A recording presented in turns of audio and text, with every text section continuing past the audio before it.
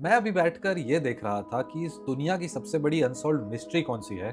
और मैंने पढ़ा कि 1872 में एक शिप थी by the name of Mary Celeste. अब ये शिप एक मर्चेंट शिप थी जो न्यूयॉर्क से इटली जा रही थी। एंड इस पर सवार थे इसके कैप्टन बेंजामिन ब्रिग्स, उनकी वाइफ, उनकी छोटी बेटी और उनके क्रू मेंबर्स। अब इस शिप पर सब कुछ नॉर्मल लग रहा था अंटिल एक महीने बाद एक दूसरी शिप एटलांटिक ओशन में इस शिप को, मैरी सेलेस्ट को, देखती है कुछ अजीब सा बिहेवियर करते हुए। अब जो दूसरी शिप थी उसका क्रू अपनी शिप को लेकर जाता है मैरी सेलेस्ट के पास। एंड वहां पर जो दूसरी शिप का क्रू था वो चढ़ता है मैरी सेलेस्ट के ऊपर। और जब ये क्रू मेंबर्स उस शिप पर चढ़ते हैं वो कुछ ऐसा देखते हैं जिसने इस मिस्ट्री को मैरीटाइम हिस्ट्री में सबसे बड़ी मिस्ट्री बना दिया। उस शिप पर कोई भी नहीं होता। अब वहां पर सारा खाना होता है, सब कुछ होता है, लेकिन कोई इंसान नहीं होता।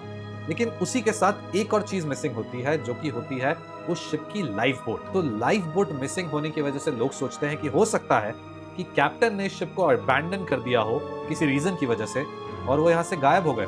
लेकिन प्रॉब्लम ये थी कि ये जो शिप थी उसके अराउंड ना कोई स्टॉर्म आया था पिछले एक महीने में, ना ही कुछ ऐसी चीजें हुई थी जो शायद से उस शिप को खराब कर सकती थी। तो आखिरकार इस शिप के क्रू ने इस शिप को अबैंडन क्यों किया? कुछ लोग बोलते हैं कि शिप का अल्कोहल वाला पार्ट लीक हो रहा था जिसकी वजह से क्रू को डर लगा कि ये एक्सप्लोड हो सकती है शिप, और वो वहां से छोड़कर चले गए शिप को। लेकिन वो कभी वापस क्यों नहीं आया? यहीं पर कुछ लोग बात करते हैं टाइम ट्रैवल और पैरानॉर्मल एक्टिविटीज की।